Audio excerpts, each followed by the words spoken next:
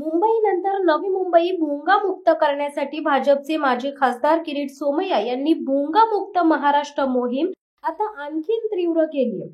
आणि आज याच मोहिमेअंतर्गत किरीट सोमय्या यांनी नवी मुंबईतील खारघर, कळंबोली आणि तळोजा पोलीस ठाण्यात पोहोचून पोलीस प्रशासनाकडे या दिशेने लवकरात लवकर कारवाई करण्याची आणि मशिदींवर लावलेले भोंगे काढून टाकण्याची मागणी केली आहे। यावेळी त्यांच्या सोबत पनवेलचे आमदार प्रशांत ठाकूर देखील उपस्थित होते। यावेळी त्यांनी खारघर, कळंबोली आणि तळोजा पोलीस ठाण्यांना भेट देऊन शहरातील अनधिकृत भोंगे हटवण्याची मागणी पोलिसांकडे केली आहे।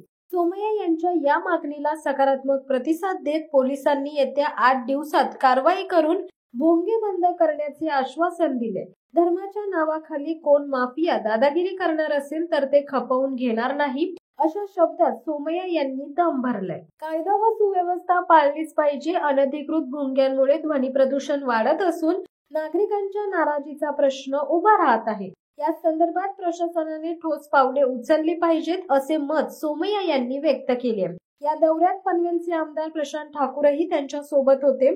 सोमय्या यांनी पत्रकार परिषदेत सांगितले की मुंबईत अनेक ठिकाणी मशिदींवरील भोंगे हटवण्यात आले आहेत। आता पनवेलसह संपूर्ण महाराष्ट्रातून भोंगे काढण्यासाठी आम्ही मोहिमेला सुरुवात करत आहोत। पोलिसांनी दिलेल्या आश्वासनामुळे स्थानिक नागरिकांमध्ये समाधानाची भावना दिसत आहे। भोंगामुक्त मोहिमेच्या पुढाकारामुळे प्रशासनावर कारवाईची जबाबदारी येऊन पडली आहे आणि पुढील काही दिवसात याची अंमलबजावणी कशी होते याकडे सर्वांचे लक्ष लागले।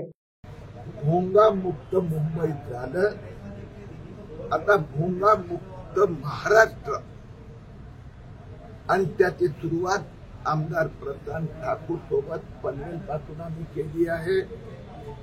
आज या भागातल्या 3 पोलीस स्टेशन अधिकाऱ्यांची भेट घेऊन दुर्दैवाने ज्या गांभीर्याने मुंबई पोलिसांनी कारवाई केली ते गांभीर्य महाराष्ट्रात आणावं लागणार आहे।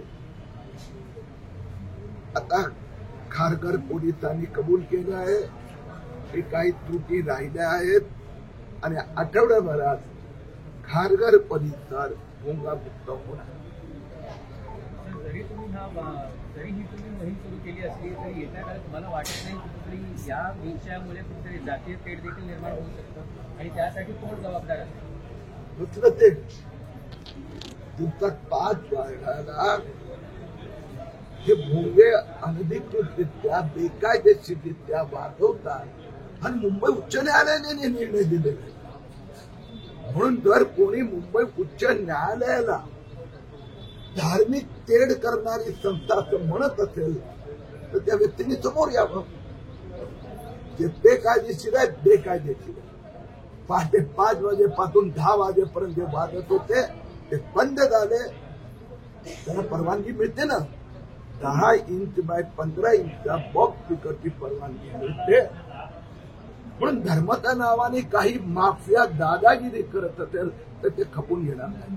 न्यायालयाचे आदेश असताना जर अशा पद्धतीने होत असेल तर पोलीस प्रशासन कुठेतरी कमी पडतंय किंवा ते दबावाखाली असं मला वाटतंय का? मुंबईत शक्य झालं, महाराष्ट्रात शक्य का होत नाहीये? सरकार आपलं असताना करायचं आहे ना, म्हणून आज आम्ही मैदानात उतरलो।